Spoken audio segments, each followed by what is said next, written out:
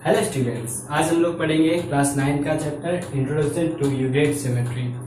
सबसे पहले यूक्लिड्स कौन थे? यूक्लिड्स हमारे एक मैथमेटिशियन थे जिन्होंने ज्योमेट्री में अपना बहुत बड़ा कंट्रीब्यूशन दिया था। सबसे पहले हम लोग जानेंगे ज्योमेट्री क्या होती है। हिस्ट्री में ज्योमेट्री जो होती है, ज्योमेट्री को दो चीजों से मिलकर बनी है। सबसे पहला वर्ड है जियो मतलब होता है अर्थ, और मेट्रिन यानी कि मेजर, यानी कि जब हम लोग को अर्थ के किसी भी पार्ट को मेजर करना होता है, जैसे लैंड को हम लोग मेजर करना होता था, तो हम लोग ज्योमेट्री वर्ड यूज किया करते थे। ठीक, जो हमारे यूक्लिड साइंटिस्ट थे उन्होंने कुछ एक्सिम और कुछ पोस्टुलेट दिए थे। यानी कि एक्सिम क्या होता है? एक्सिम यानी कि वो यूनिवर्सल ट्रुथ जिन्हें हम लोग प्रूव नहीं कर सकते लेकिन वो सत्य होते हैं। एक्सिम जो होता है वो हमारे किसी भी मैथमेटिकल फील्ड में यूज कर सकते हैं, इन एनी मैथमेटिकल फील्ड। और जो हमारा पोस्टुलेट होता है वो सिर्फ हम लोग ज्योमेट्रिकल फील्ड में यूज करते हैं।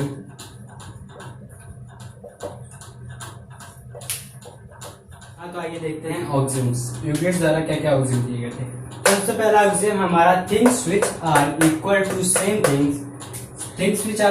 Same things are equal to one another.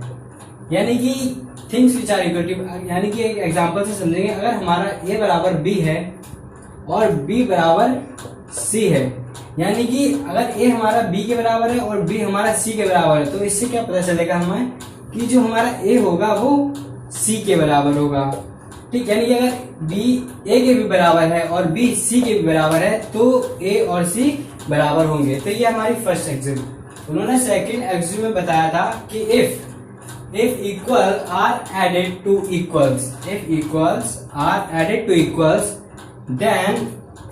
then wholes are equals। यानी कि अगर हमारा a बराबर b है और दोनों तरफ इक्वल नंबर जोड़ा जाए, यानी कि अगर हम लोग दोनों तरफ c जोड़ दें, a प्लस सी बराबर b प्लस सी, तो जो हमारा होल होगा यानी कि जो हमारा सम होगा वो बराबर होगा।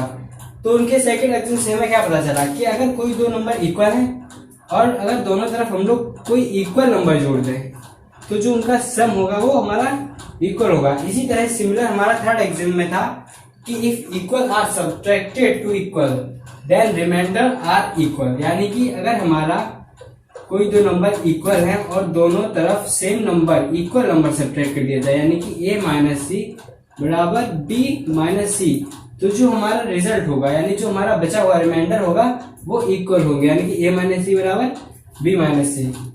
नेक्स्ट एक्सिम में हम लोग देखते हैं things which are coincide with one another are equal to one another. हाँ, इसको हम लोग समझेंगे। तो इसको हम लोग को कैसे समझ रहा है, देखिए ये कह रहा है कि कोई दो थिंग्स, मान लीजिए हमारे कोई भी दो लाइन या कोई भी दो सर्कल है। मान लीजिए कोई भी दो लाइन ए बी ले लेते हैं या फिर कोई एक सर्कल ले लेते हैं जिसकी सेंटर हमारा O है और रेडियस R है। अब ये कह रहा है कि अगर कोई और हम लोग दूसरा सर्कल ले लेते हैं जिसकी हमारा रेडियस O है और इसकी भी रेडियस R ही है, सेंटर हमारा O है। ठीक, अब ये कह रहा है ये दोनों कोइंसाइड कर रहे हैं। कोइंसाइड का मतलब क्या होता है कि ये दोनों एक दूसरे पर परस्पर बैठ जाते हैं। यानी कि अगर हम लोग इसको उठाकर इस पे रख दें तो ये दोनों जो हो बराबर हो जाए, यानी कि ये छिपा ले एक तरह से। यानी कि अगर इन दोनों का रेडियस बराबर हो और इन दोनों का सेंटर भी एक जगह हो तो हम लोग अगर इसके ऊपर इस पे रख देंगे तो ये क्या हो जाएगा, छिप जाएगा। यानी कि ये दोनों इक्वल हो जाएंगे। अगर ये दोनों एक दूसरे को कोइंसाइड कर रहे हैं तो ये दोनों बराबर सर्कल हैं। ठीक, तो ये तो हमारी होगी फोर्थ एक्सिम। अब आते हैं हमारे फिफ्थ एक्सिम पर।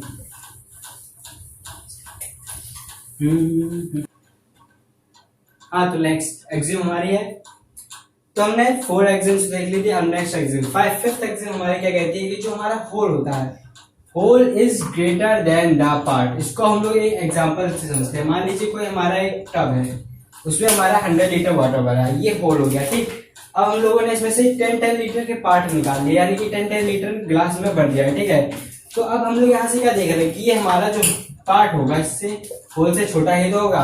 तो बस इन्होंने ये बताया कि जो हमारा होल होता है, जो हमारा पूरा होता है वो पार्ट से बड़ा होता है। ठीक, पार्ट से बड़ा होता है। नेक्स्ट एग्जाम हमारी सिक्स्थ हमारी एग्जाम क्या कहती है कि the things which are double of same things are equal to one another. यानी कि क्या क्या कहना चाह रहा है ये कहना चाह रहा है कि मान लीजिए हमारे पास कोई दो थिंग्स हैं। मान लीजिए एक वाई थिंग्स है और एक जेड थिंग है, ठीक।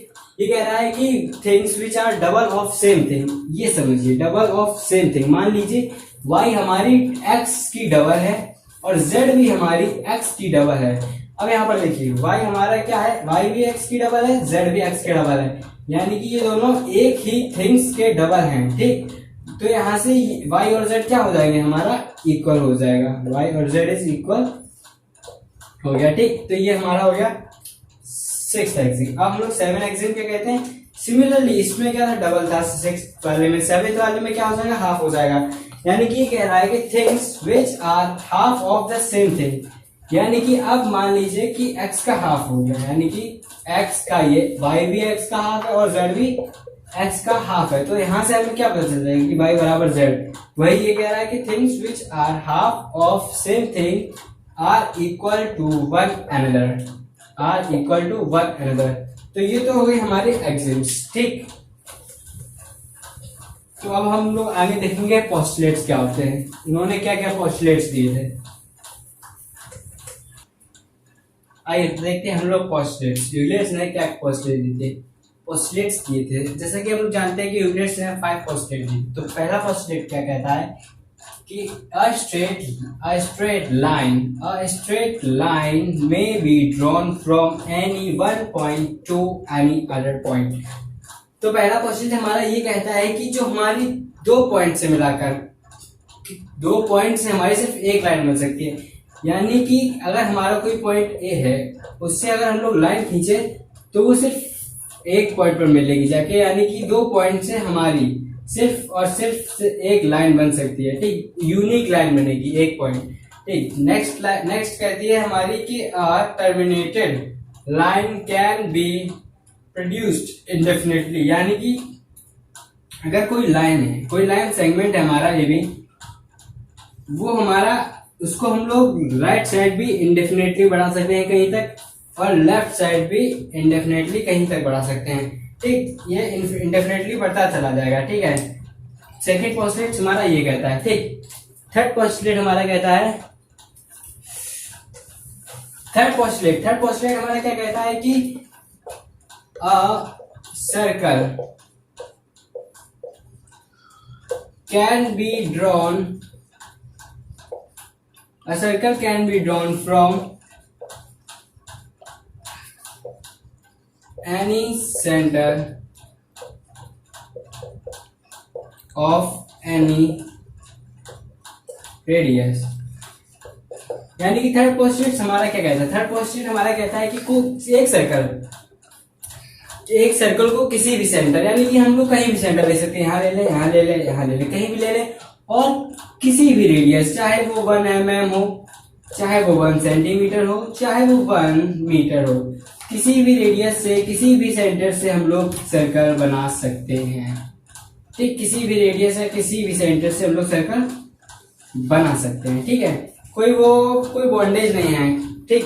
कहीं भी सेंटर ले सकते हैं और कोई भी रेडियस ले सकते हैं, हम लोग सर्कल बना सकते हैं, ठीक। नेक्स्ट पोस्टुलेट हमारा क्या कहता है, फोर्थ पोस्टुलेट कहता है कि जो हमारे सारे राइट एंगल्स होते हैं, all right angles are equal, यानी कि राइट एंगल तो आप जानते ही हैं कि हमारा राइट एंगल क्या होता है, 90 डिग्री। अब ये कहना चाह रहा है कि हमारा कोई भी राइट एंगल, हर राइट एंगल इक्वल हो, चाहे वो ऐसा बना हुआ हो, चाहे वो ऐसा बना हुआ हो, चाहे वो ऐसा बना हुआ हो, ठीक। बस क्या होना चाहिए, 90 डिग्री होना चाहिए, और वो सारे इक्वल होते हैं, ठीक। चाहे वो कैसा भी बना हुआ हो, ठीक, चाहे ये ऐसा बना हुआ हो, बस ये सारे राइट एंगल इक्वल होते हैं, ठीक है।